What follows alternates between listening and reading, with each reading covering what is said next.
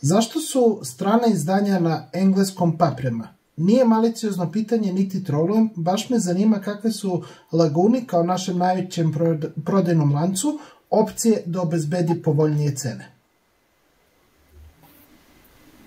Pa mislim, podsjeća me malo na pitanje, evo sad mi baš čovjek bio malo pre, imamo Vagabond Meki od 2 do 12, nema više keca jer se proda. A zašto ste poručili od 2 do 12, a niste keca? Pa nije što neće. Problem je što nečega nema. A što se cena tiče, ono što je naš najveći problem jeste da 99,99% dobavljača knjiga na engleskom se nalazi ili u Irskoj, ili u Kanadi, ili u Sjedinjenim Američkim Državama. Mi, kao što svi znamo, nismo deo Europske unije, tako da ovo što ide iz Irske mora da dođe do Hrvatske, ovo što ide iz Amerike i Kanade mora da dođe do Hrvatske, Mađarske, Bugarske i Rumunije, gde mi imamo njihovu carinu, njihovo skladištenje. Naša carina, o kojoj ne želim mnogo trošim reči, ali svako ko ikada je uvozio nešto na veliko zna kako to može da izgleda.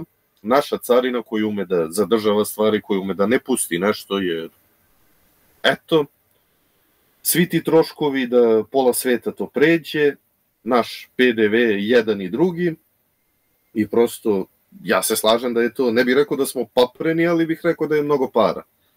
Opet i platežna moć u Srbiji utiče na sve to. Ja mislim da se mi, to jest ne da mislim, znam da se ne ugrađujemo nešto da ljudi misle mi to dobijamo po ne znam kojim maržama. Znači čuo sam da dobijamo i sa 50, 60, 70, 90. Da je tako, verujte, Saša i ja bismo ovako sa jednog trona otprilike maha ne bi mogli podignemo ruku od zlata i to.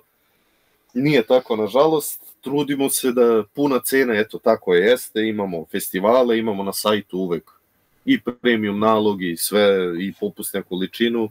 Na sajtu uvek ode do 25%, na ovim našim dešavanjima do 30%. Mange 2019. godine manga koštala vizova $8, danas košta 13. I to su stvari na koje ne možemo da utičemo.